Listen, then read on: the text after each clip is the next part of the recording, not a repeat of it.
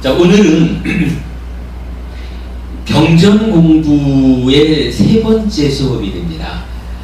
그간 우리가 이제 특별한 소수를 포함하는 경전들 해서 두 번 공부를 했는데, 오늘은 지난 수업에서 예고해드린 대로 그 무위상류다를 총괄적으로 정리해보는 수업을 하고자 합니다. 오늘 여러분들께 세 가지의 자료를 나눠드렸는데, 두 가지는 이제 오늘 공부할 내용이고요. 제일 뒤에 있는 몸과 마음의 관계에 따르는 이야기라는 것은 사실은 우리 교재에 있는 거예요. 그런데 내일 부산법회에서 윤회와 관련된 주제로 설법하기로 되어 있어서 부산법원님들을 위해서 이 내용을 약간 보완해가지고 새로 인쇄를 하면서 법원님들께도 그냥 이렇게 한 장짜리로 나눠드리면 좋겠다 생각이 돼서 좀 더 인쇄해서 나눠드린 거니까 좀 참고하시면 되고요. 오늘 수업은 먼저 무위상류다라고 한 장짜리로 된 자료로 시작을 하겠습니다.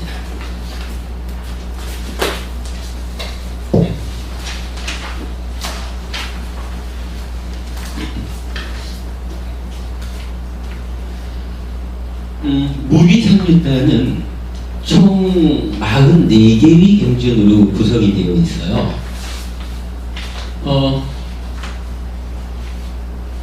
굉장히 그 생략, 그러니까 동일한 내용을 생략하면서 요점만 설명해 가고 있기 때문에 자칫하면 경전이 말하는 그 핵심을 놓칠 수도 있다라는 부분이 좀 조심스러워서 아주 유의해서 보아야 되는 쌍류다라고 생각을 했고요. 그랬을 때 무위상류다에서는 크게 두 가지를 알려줘요. 한 가지는 무위라고 하는 말입니다. 무위란 무엇이냐 하면 탐욕의 멸진, 속냄의 멸진, 어리석음의 멸진, 이래서 탐진치의 멸진 이렇게 나타나요. 그런데 이제 우리가 다 아는 거지만 탐진치의 멸진이라고 정의되는 단어가 또 하나 있죠. 뭐죠? 그렇죠. 열반을 말할 때 탐진치의 멸진 이렇게 말하거든요. 그러니까 무위라고 하는 것은 열반과 같은 말 이렇게 이해를 해도 좋을 것 같은데, 이따가 약간 좀 다음 자료를 가지고 공부를 해보겠지만, 제가 이해하기로 탐진치의 멸진이라는 점에서 무위와 열반은 동의어이기는 하지만, 어찌 보면 무위가 있어야 하는 자리하고 열반이 있어야 하는 자리에는 좀 차이가 있는 것 같다라는 부분을 보게 되는데, 이따가 한번 보겠습니다. 그리고 나면 두 번째로 탐진치가 멸진한 그 무위에 가려면 어떻게 갈 수 있습니까? 무위에 이르는 길이 두 번째 주제로 나타납니다. 그런데 무위에 이르는 길을 크게 이상류다에서는 11가지를 제시를 해요. 한 가지는 몸에 대한 사띠, 그래서 이제 까야 같다 사띠라고 하는데, 이거 달리 말하면 우리가 사념처 수행 이러면은 신수신법 4가지로 말을 하죠. 그 4가지 중에 신념처, 몸에 사띠 하는 수행, 요 부분을 몸에 대한 사띠라고 표현하는 것으로 이해를 해도 될 거고요. 나눠드린 교재에 쭉 정리를 했습니다만은, 두 번째는 사마타와 위파사나가 소개되고요. 세 번째는 일으킨 생각과 지속적인 고찰이 있는 삶에, 일으킨 생각은 없고 지속적인 고찰만 있는 삶에, 일으킨 생각도 없고 지속적인 고찰도 없는 산매, 이렇게 나오는데, 요 세 가지 산매에 대해서 우리가 지난주에 공부했죠. 지난주 공부한 표현으로 하면 요 세 가지 어떻게 불러야 되죠? 일으킨 생각과 지속적인 고찰이 있는 산매, 요거 뭐라고 했었나요? 초선. 그렇죠. 초선이기도 하지만 요거를 한문으로 표현하면 유심유사. 그러니까 일으킨 생각을 심. 요 빨리 요로 윗다까지요. 지속적 고찰 이러면 사였고 윗자라였죠. 그럴 때 삼매를 초선, 제2선, 제3선, 제4선으로 분류를 하지만 지난주 수업의 마지막에 가서 제가 소개해드린 것이 삼매를 세 가지로 구분하는 방법이 있습니다. 심과 사가 모두 있는 삼매, 유심유사고, 심과 사가 모두 없는 삼매, 무심무사인데, 유심유사에서 무심무사로 나아가는 과정에 심과 사 중에서 심이 먼저 없어지고 아직 사는 남아있는, 그래서 무심유사의 과정을 거쳐서 갑니다. 그렇다면 유심유사의 삼매가 초선이고 무심무사의 삼매가 제2선 이후라면 중간에 무심유사라는 삼매는 초선에서 제2선으로 나아가는 과정, 이렇게 이제 설명을 드렸던 건데, 지금 여기서는 무위에 이르는 길의 세 번째로 바로 그거 세 가지 삼매를 말하고 있죠. 이 세 가지 삼매, 달리 말하면 어떻게 말해야 되나요? 바른 삼매, 정정이 되는 거죠. 그리고 바른 삼매는 필수품을 갖춘 삼매, 우리가 그렇게 이해하고 있는 거고요. 그 다음에 네 번째로는 공한 삼매, 표상 없는 삼매, 원함 없는 삼매, 이렇게 세 가지가 나오는데 이건 저도 잘 모르겠어요. 요즘에 이제 표상 없는 삼매라고 하는 부분은 경전에 보면은 열반을 대상매가 여러 곳에서 나타나고 있는데, 열반을 대상으로 한다라고 하는 것이 바로 이 표상 없는 삼매하고 통하는 것으로 제가 이해는 하고 있는데, 공한 삼매, 원함 없는 삼매는 잘 모르겠고요. 이 세 가지 삼매에 대해서는 뒤에 다시 한번 공부를 하도록 하겠습니다. 그리고 나면 다섯 번째는 이제 네 가지 마음 챙김의 황대입해서 사념처가 나오고요. 여섯 번째로는 네 가지 바른 노력, 일곱 번째로 네 가지 성취 수단에서 사여의적, 여덟 번째가 다섯 가지 기능, 아홉 번째 다섯 가지 힘, 열 번째 일곱 가지 깨달음의 구성 요소라고 나오는데 칠 가지죠. 그리고 11번째로 찰 정도가 나타나거든요. 우리가 지난 봄쯤에 한번 공부를 했지만 37조도품이라는 게 있었죠. 37조도품이라고도 하고 37보리분법이라고도 하는데,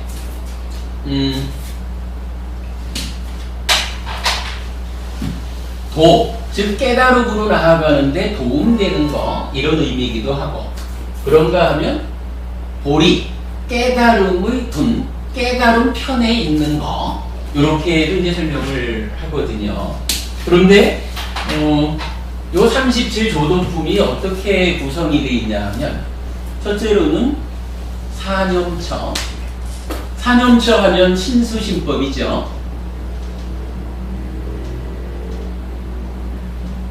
사정근이라고 해서 요건 이제 네 가지 노력이에요. 사정근에 대해서 우리가 먼저 공부를 했지만 이런 이야기였죠. 한 가지로는 좋은 것은 있게 하자, 나쁜 것은 없게 하자. 그런데 있게 하자라고 하는 것은 어떤가요? 아직 없는 것, 아직 없는 것은 생겨나게 해야 되죠. 그런가 하면 이미 있는 것, 이미 있는 것은 유지해주면 되겠죠. 마찬가지로 없게 하자라고 하는 것도 아직 없는 것은 생겨나지 않게 하면 되겠죠. 이미 있는 것은 소멸, 없어지게 해야 되겠죠. 불교 교리에서는 하여간 어디서든지 네 가지 정근, 노력이라는 것의 의미는 이렇게 좋은 것은 있게 하자, 나쁜 것은 없게 하자. 있게 하자라고 하는 것은 아직까지 생겨나지 않은 것은 생겨나게 하고, 이미 생겨나 있는 것은 지속하게 하고, 없게 하자라고 하는 것은 아직 생겨나지 않은 것은 생겨나지 않게 하고, 지금 생겨나 있는 것은 없어지게 하고, 뭐 요렇게 해가지고 네 가지 형태의 노력을 말해요. 그게 약간 사정근의 요 사가 의미하는 바입니다. 뭐 사정근 그렇게 이해하시면 되겠고요. 그 다음에 사여의적.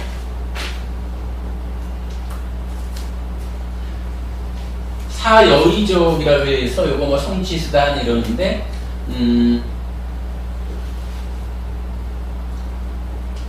뭐 열의, 정진, 찌따, 마음, 그 다음에 뭐 검증이라고도 하고 관찰이라고도 하고 뭐 이런 위망사라는 단어를 번역을 하는데, 하여간 이 사여의적은 참 잘 모르겠어요. 하여간 삼매를 성취하는 데에 어떤 방법이 있느냐라고 하는 정도로 이해를 하시면 될 것 같아요. 이런 네 가지 방법이 있고, 그 다음에 5가지 기능이 있죠.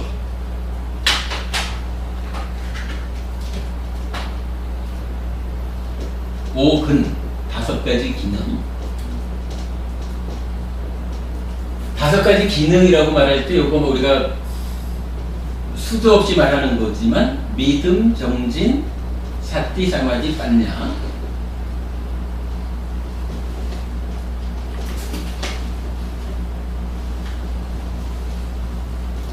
이걸 말하고요. 그 다음에 오력 5가지 심이 있어요. 5가지 심도 5가지 기능과 동일한 것을 말하죠. 뭐 요게 어떤 차이가 있느냐 하는 것은 뒤에 한번 보기로 하고요.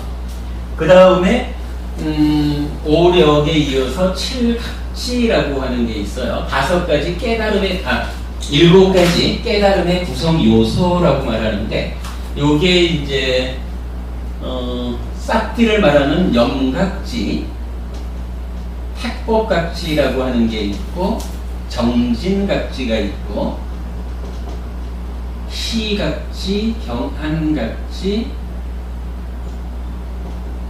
삼매를 말하는 정각지, 평정을 말하는 사각지 해서 하나, 둘, 셋, 넷, 다섯, 여섯, 일곱 이렇게 이제 그러니까 깨달음으로 나아가는 과정을 이렇게 7가지로 이제 설명하고 있고요. 그 다음에 이제 8정도가 나타나죠. 뭐 8정도 이런 뭐 정견부터 정정까지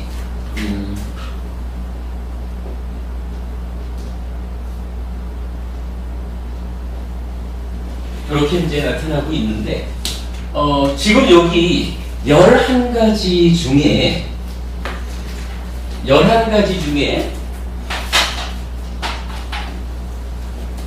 5번 4가지 마음 챙김의 확립, 사념처부터 마지막까지가 지금 요 37조도품을 말해주고 있죠. 그런데 지난 봄에 우리가 공부한 게 뭐냐 하면, 사실은 요 8정도가 요 앞에 있는 사념처부터 칠각지까지 6가지의 수행 기법들을 다 포괄한다라고 하는 공부를 한번 했었죠. 여러분 이거 기억하실까요? 기억하신다고 보고. 어쨌든 우리가 그렇게 아시자고요. 뭐 지금은 요새 그냥 이렇게 짚고 넘어가는 거예요.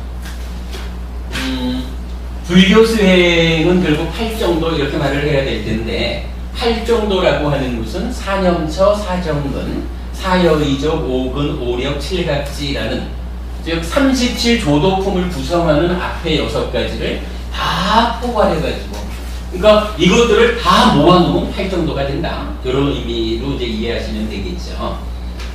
그렇게 놓고 보면 8정도 외에 그 앞에 있는 것은 뭐가 되냐 하면 그 4번에 나오는 세 가지 산매는 뭐 제가 약간 뭐 아직 잘 이해를 못하겠습니다 했으니까 좀 넘겨두기로 하고요.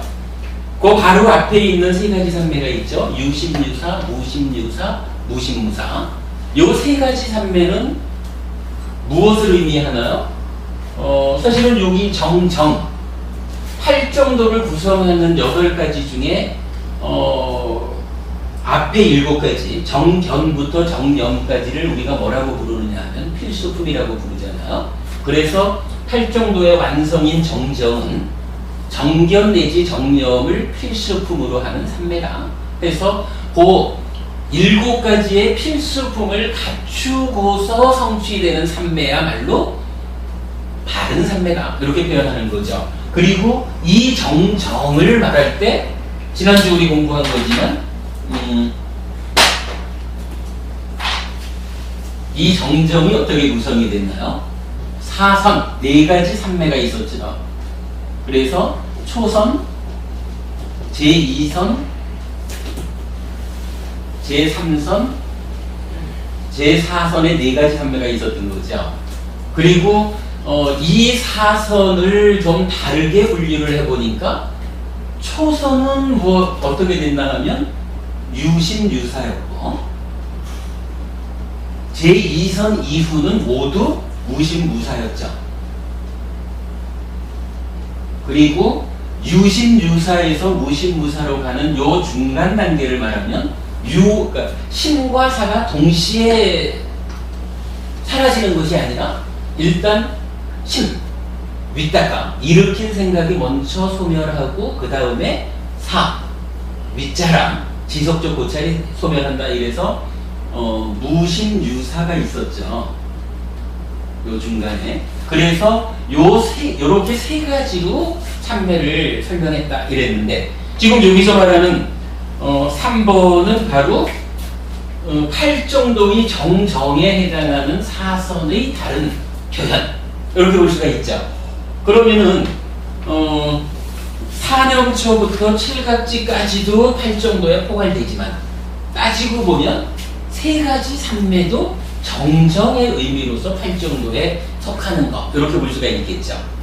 그리고 나면 이제 앞에 뭐가 하나 남아있나요? 사마타와 윗바사나가 남아있죠. 사마타와 윗바사나는 뭐죠? 이렇게 8정도에 의해서 그러니까 8정도에 의해서 바른 산매, 필수품을 갖춘 산매가 성취되면 이때 어떤 일이 생기나요? 바른 산매에 들면 있는 그대로 보기 마련이다. 여실직양한다. 이렇게 우리가 공부를 했죠. 무상고 무화로 보기 마련이다. 이렇게 말했고 여실직연하면 이 다음에 어떤 일이 생겨요? 이때부터 뭐 염오, 이탐, 심해탈을 말하는 사마타 그리고 사마타에서 심해탈이 성취되면 열이 자의한다 이랬고 열이 자의한 상태에서 윗바사나를 하게 되죠. 그리고 윗바사나에서 번뇌를 소멸함으로써 깨달음이 완성되는 거죠. 이러한 그 깨달음으로 나아가는 과정, 순행의 어떤 체계를 놓고 보자면 지금 이제 무위상류다에서 말하는 무위에 이르는 길 11가지 중에 네 번째로 나와 있는 공한산매, 표상없는 산매, 원함 없는 산매는 뭐 제가 정확히 이해하지 못하니까 좀 제껴두고 좀 뒤로 미루고 나머지 10가지는 전체적으로 지금 이 얘기를 하고 있는 거죠. 사마타 윗바사나로서 그 바른 산매 이후의 깨달음의 완성 과정을 말해주고 있고 나머지는 전체적으로 무엇을 말하나요? 정정, 바른 산매를 직접 말하기도 하고 바른 산매를 성취하기 위한 그 8정도에 포괄되는 일체의 수행법, 달리 말하면 37조도편 요것으로서 무위에 이르는 길을 설명하고 있다. 그렇게 보면 되겠죠. 그러니까 그래요. 먼저 요점은 이거예요. 경전은 11가지로 무위에 이르는 길을 설명하고 있는데 그 11가지라는 길이 따지고 보면 8정도에 포괄되는 이야기고 그 팔정도의 결과로서 성취되는 바른 삼매. 그러면 그 바른 삼매 이후에 사마타 위파사나라고 하는 최종적인 수행을 통해서 깨달음이 완성된다. 즉 무위를 성취한다. 요 얘기를 하는 것으로 보면 되겠죠. 뭐 11가지로 설해져 있기 때문에 뭐 어찌 보면 굉장히 복잡한 것 같지만 여기 정리를 해보면 팔정도를 37조도품을 포괄하는 것으로의 팔정도로서 삼매를 완성하고 바른 삼매를 완성하고 그러면 바른 삼매가 사마카 위파사나로 이어져서 깨달음을 성취하는 것이다 라고 무위에 이르는 길이 설명되고 있다 라고 정리한 것으로 하겠습니다. 명절이라 방학하고 나서 공부하니까 되게 좀 어렵죠?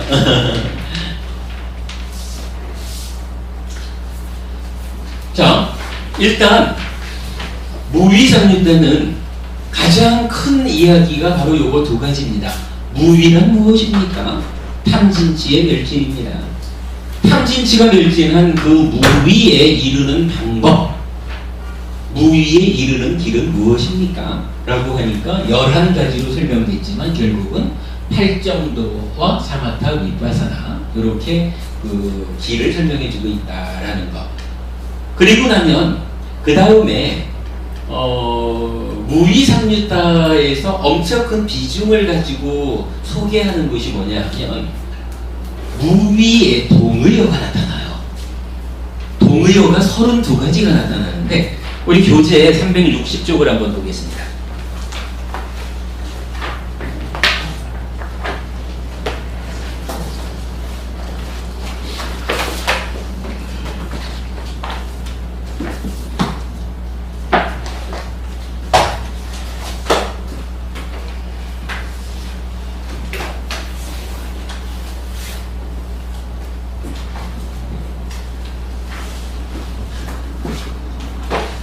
동의어니까 그냥 한번 제가 읽어만 드리겠습니다.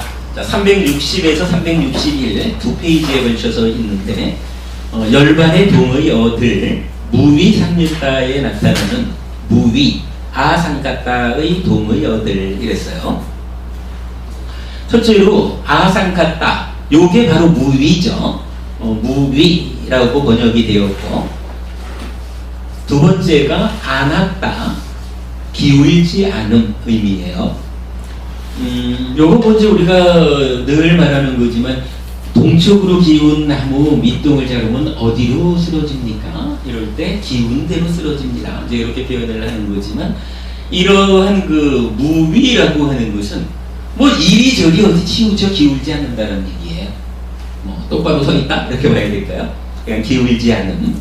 그 다음에 아나사와 해서 번뇌 없음. 아사와가 번뇌죠. 우리가 아는 대로. 그랬을 때 앞에 부정어인 안이 붙어 있는 거예요. 그래서 번뇌 없음. 그 다음에 사자라고 나타나는데 사자 이거는 사성제라고 말할 때 쓰이는 그 진리가 바로 사자예요. 그 다음이 빠라 저 언덕. 이 언덕에서 저 언덕으로 간다라고 말하는 그 저 언덕이 빠라고요. 그 다음에 니푸나 미묘하다라는 의미로 쓰이고요. 수두다사 아주 보기 힘든 것. 아잡자라 늙지 않음. 두와 견고함. 앞발로 낀다 허물어지지 않음. 아니다사나 드러나지 않음. 닛빠빤자 망상 없음. 요 망상 없음도 이제 빠빤자라고 하는 그 망상이라는 단어에 앞에 부정으로 니가 붙은 거죠. 닛빠빤자. 산따 그래서 평화로움. 아마따 죽음 없음. 요 아마따 죽음 없음 요 얘기는 우리가 지난주에도 봤지만은 불사라는 이야기 많이 했죠. 지난주 우리가 지난주 수업의 마지막 경전이 그 삶이란 이렇게 짧은 것이다. 태어난 자는 죽지 않을 수 없다라고 하면서 불사라는 말이 나타났었죠. 바로 그 불사가 죽음 없음 감았다고요. 빠니따 숭고함 시와 경사스러운 케마 안온 따나카야 가래의 멸진 아차리아 경이로움 아프다 놀라움 아니띠까 재난 없음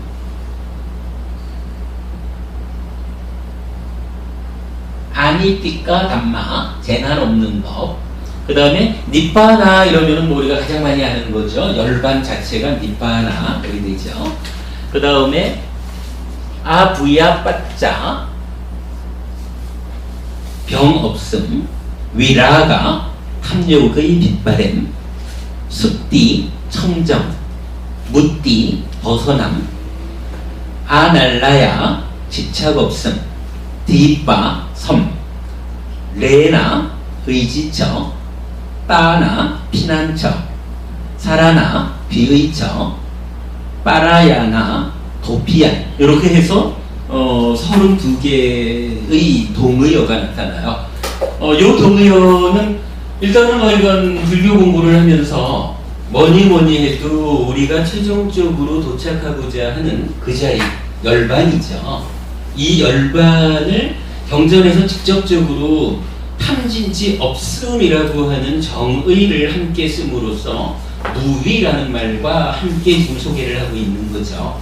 이랬을 때 무위 곧 열반의 동의어 이렇게 나타나는데 뭐 동의어라는 표현도 좋지만 무위 또는 열반이라는 상태가 어떠한 상태인가 라고 하는 것을 설명해 주는 32가지라고 보아도 좋겠죠. 뭐 이런 요 32가지의 동의어를 무의장류가에서는 큰 비중을 차지하고 소개하고 있다라는 것을 이제 알려드리기도 하고요. 그랬을 때 여기서 이제 우리가 정말 주목해야 되는 이야기가 하나 나타나요. 자, 앞에서 무위가 무엇이냐라고 할 때 탐진치의 멸진이라고 정의가 됐고요. 무위에 이르는 길을 11가지로 설명을 했어요. 11가지를 압축해서 보니까 8 정도에 의한 다른 산맥 그리고 사마타 밑바사마 요렇게 이해를 했는데 그 중에 보면 제가 지금 표시하기를 어떻게 표시했냐 하면 11번 중에 1번은 조금 이렇게 내다가 썼죠. 2번부터 11번까지는 좀 들였었고요. 네. 그 차이를 제가 일부러 준 거거든요. 그러니까 11가지 중에 첫 번째가 몸에 대한 사띠, 까야 같다 사띠 이렇게 나오는데 하여간 뭐 신수신법 사념처 중에 신념처의 개념으로 이해를 하면 되는 내용인데 이렇게 11가지를 무위에 이르는 길이라고 소개를 하면서 이 경전에서 정말 특별하게 발견한 게 뭐냐 하면 지금 소개한 32가지의 동의어가 있잖아요. 이 동의어를 나열하면서 그 동의어들에 이르는 길을 소개하는데 이 11가지를 다 소개하지를 않고요. 한 가지, 몸에 대한 삿띠 요 한 가지만을 경전이 소개하고 있다는 거예요. 그럼 그 얘기는 뭘까요? 11가지를 포괄적으로 즉 8정도 사념처 삼았다 해가지고 불교 수행을 포괄적으로 지시하고 있지만 부처님 입장에서는 무위 즉 열반에 이르는 길을 대표적으로 한 가지로 말하자면 그렇죠. 한 가지로 말하자면 몸에 대한 사띠 이렇게 표현하고 있다는 거죠. 그러니까 제가 이제 가끔 그런 이야기를 하는 거예요. 만약 여러분 중에 어느 분이 나는 수념처 수행을 하는 사람입니다. 나는 신념처, 법념처 수행을 하는 사람입니다. 이렇게 이미 수행의 길에 들어선 분이라면 뭐 어차피 신수신법 다 사념처 수행에 포함되는 거니까 어느 길로 가도 상관이 없겠지만 아직 그러하지 않고 이제 새로 수행을 안내받아야 하는 입장이다 라고 한다면 이러한 가르침에 의하면 굳이 이것저것 쳐다볼 일이 없는 거예요. 부처님은 무위에 이르는 길을 다양한 가운데에 대표적으로 한 가지에 집중해서 알려주는데 바로 몸에 대한 사띠, 까야가타 사띠 이렇게 지금 집중적으로 설명해주고 있다는 거거든요. 그래서 이제 내가 수행을 시작하고자 한다면 몸에 대한 사띠에 집중해서 그 길로 출발해야겠구나. 이렇게 그 공부의 방향을 잡을 수가 있다라는 것을 이 무이상유다에서 우리가 발견할 수 있는 아주 중요한 이야기로 보아야 할 것 같아요. 그런데 이게 이제 사실은 그 몸에 대한 사띠라고 말을 하지만 전체적으로 말하는 이 큰 틀을 벗어나 있는 것이냐, 즉 팔정도 사마타 윗바사나라고 하는 이 불교 수행의 큰 틀을 밖에서 몸에 대한 사띠를 찾아가지고 거기서 출발합시다 이렇게 하느냐면 그건 아니에요. 아무래도 이런 거겠죠. 팔정도에서 정정에서 사마타 윗바사나 이렇게 되었다면 이 팔정도가 사념처부터 칠각지를 다 포괄하고 있는 거거든요. 그런데 시작점에 있는 사념처가 신수신법 4가지 기준점을 가지고 수행을 하는 거예요.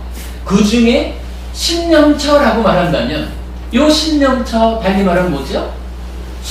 몸이잖아요. 그러니까 몸을 기준으로 몸의 기준점을 두고 사띠를 강화하는 수행, 이러면 신념처잖아요. 바로 이게 몸에 대한 사띠라. 이렇게 보면 간단한 거예요. 부처님은 전체적인 수행을 말하고 있지만 그 수행의 출발선을 강조하고 있다. 그죠? 전체적으로는 팔정도 사마타 윗바사나 해가지고 다 보아야 되지만 이제 무위로 열반으로 가자라고 그 출발점에 섰다면 어디서 출발해야 됩니까?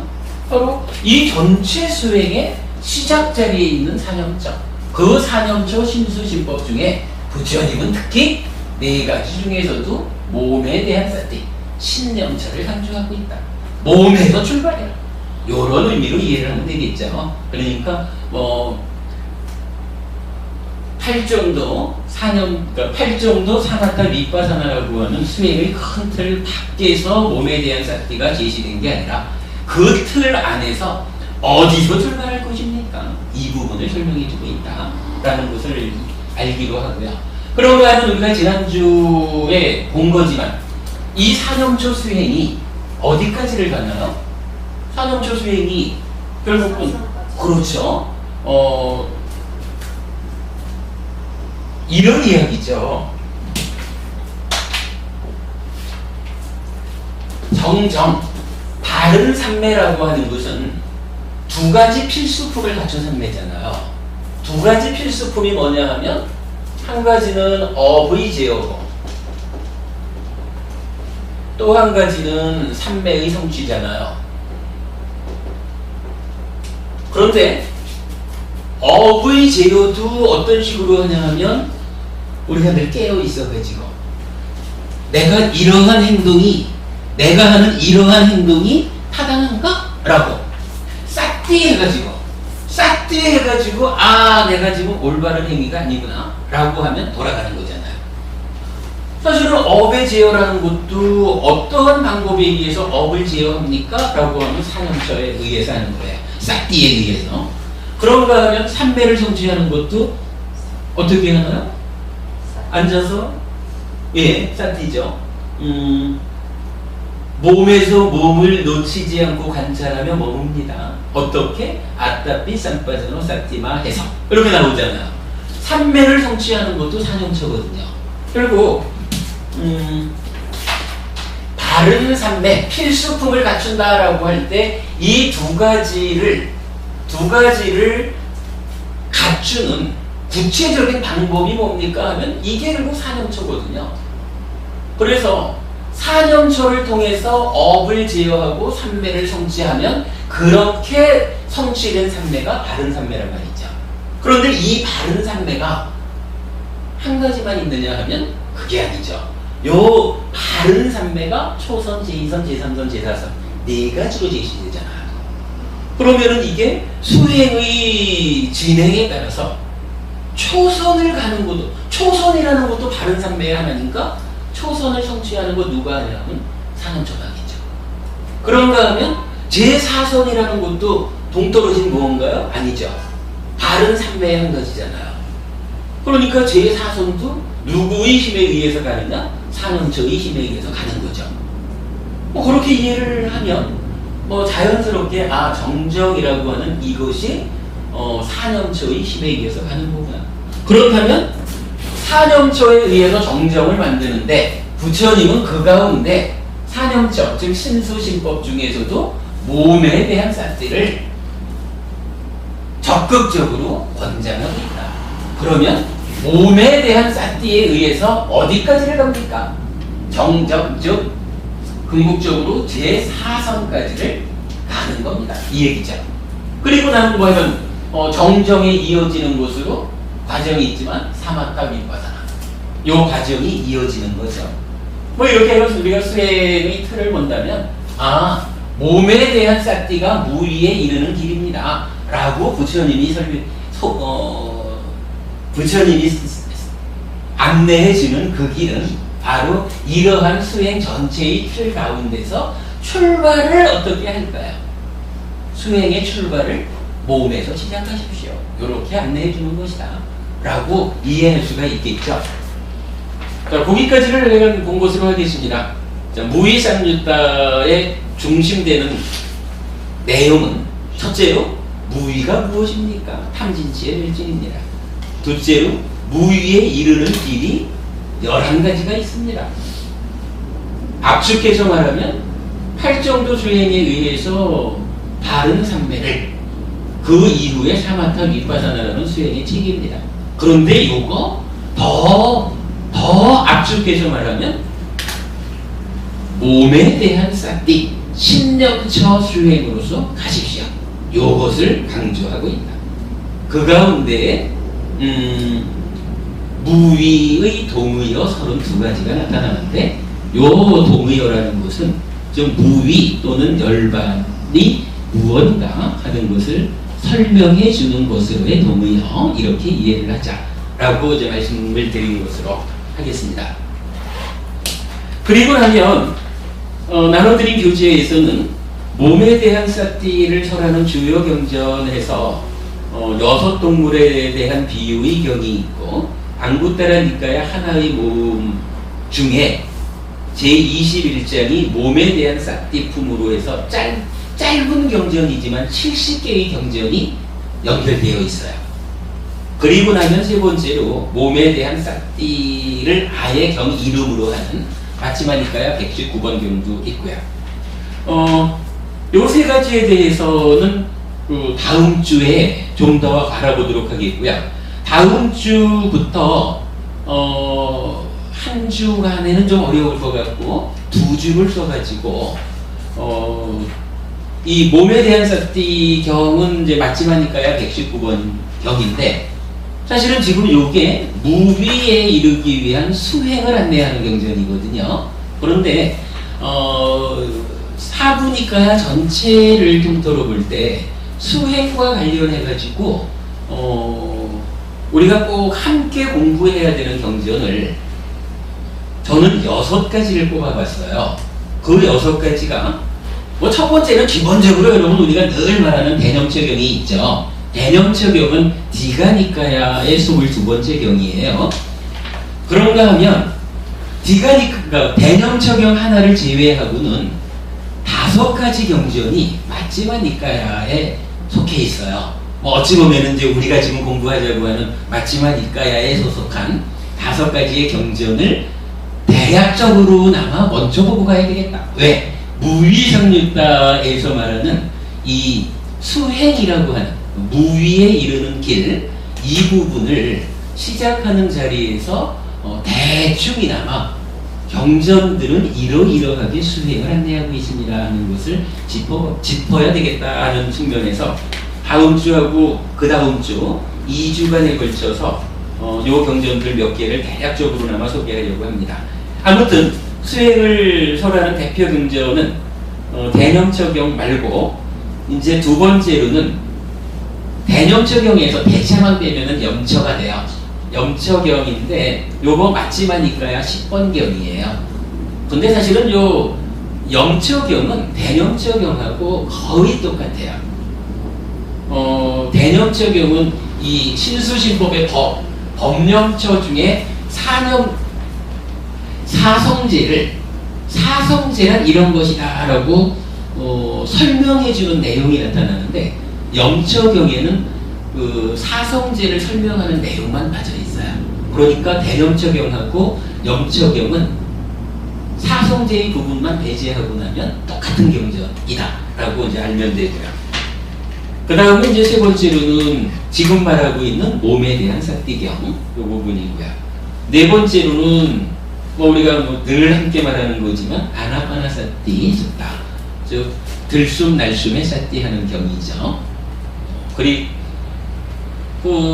입출승념경도 사실은 몸에 대한 삿띠 경하고 거의 같은 내용을 취급한다라고 보아도 되겠고, 몸에 대한 삿띠 중에 호흡에 대한 부분만 따로 떼어서 좀 더 포괄적으로 설명하고 있다, 그렇게 이제 이해를 하면 되겠고요. 그 다음에 다섯 번째, 여섯 번째로는 공에 대한 짧은 경, 큰 경 두 가지가 있어요. 이 두 개 경전을 굳이 수행을 설명하는 경이라고 말할 필요가 있느냐라고 의문을 제기할 수도 있는데, 제가 볼 때는 요 공을 설하는 두 개 경전이 수행에 대한 아주 중요한 어떤 기준 아니면 어떤 입장을 설명해 주고 있다라고 싶어서 요 두 가지 경전을 간략하게나마 우리가 먼저 알고 가는 게 좋겠다라는 필요성 때문에 요 자리에서 같이 공부를 하려고 하고요. 또 한 가지로는 이제 요 공에 대한 경전 두 개를 이참에 보려고 하는 데는, 많은 사람들이 뭐라고 얘기를 하냐면 공이라고 하는 말이, 공이라는 단어가 원래 부처님은 쓰지 않던 단어입니다. 즉 니까야 근본 가르치면은 공이라는 말이 없습니다. 나중에 대승불교에 와서 용수보살로부터 출발해서 이렇게 그 공이라는 말이 새로 만들어진 단어입니다. 그게 진짜 맞습니까? 아니 이제 그렇게 말하는 사람이 많단 말이죠. 네, 그런데 그렇기 때문에 제가 지금 이 두 개의 경전을 이제 요 순서에서 짚어가야겠다라고 말하는 게 아닙니다. 부처님은 공이라고 하는 단어를 얼마나 중요하게 생각했는지, 아예 맞지만일까야 152개의 경전 중에 공을 제목으로 하는 경전이 두 개가 있고, 또 쇠기경이라고 하는 경전 같은 데에서는 부처님 가르침 자체를 말하기를 공을 설명하는 경, 이렇게도 표현이 되고 그래요. 그러니까 공이라는 말 자체가 이미 부처님에 의해서 불교 교리에, 불교 수행의 중심에 자리 잡고 있는 단어다 라는 요 부분을 이렇게 무기상유다와 관련한 가운데에 수행을 간략하게나마 짚어보는 이 자리에서 언급을 같이 해줄 필요가 있다. 왜? 공이라는 말 자체가 대승에서 만든 단어가 아니고 부처님이 사용하신 불교의 중심에 있는 단어다. 즉 공이라고 하는 말에 권리를 되찾아야 되겠다. 이제 그런 생각 때문에 같이 좀 짚어보고 가는 것이 순서가 되겠다라고 생각을 했어요. 근데 또 어쨌든 이렇게 보니까 대념처경이야 염처경과 같은 것으로 이렇게 보면 되면 결국은 5가지, 수행을 설하는 대표 경전 5가지가 다 맞지마 니까야에 속해 있기 때문에 맞지마 니까야를 중심으로 공부하자라고 하는 우리의 공부 일정에서도 크게 어긋나지 않고, 그렇다면 순서대로 가는 것에 앞서가지고 요 몇 가지 경전을 다음 주와 그 다음 주에 걸쳐서 자세하게는 못합니다. 그냥 간략하게 이 경전들이 어떤 가르침을 전하고 있다라는 것만 소개해드리는 것으로 하도록 하겠습니다. 자, 이렇게 해서 무위삼류따를 대략 설명드린 것으로 하고요. 오늘은 이제부터 천상 고요고부님은 중간에 가셔야 될 것 같다. 오늘은 사실 제가 무위삼류따라고 하는 이 삼류따 경전을 소개하는 것도 중요하지만 그보다 더 좀 의미를 가지고 말씀드리고 싶은 것은 무위라는 것은 무슨 의미입니까?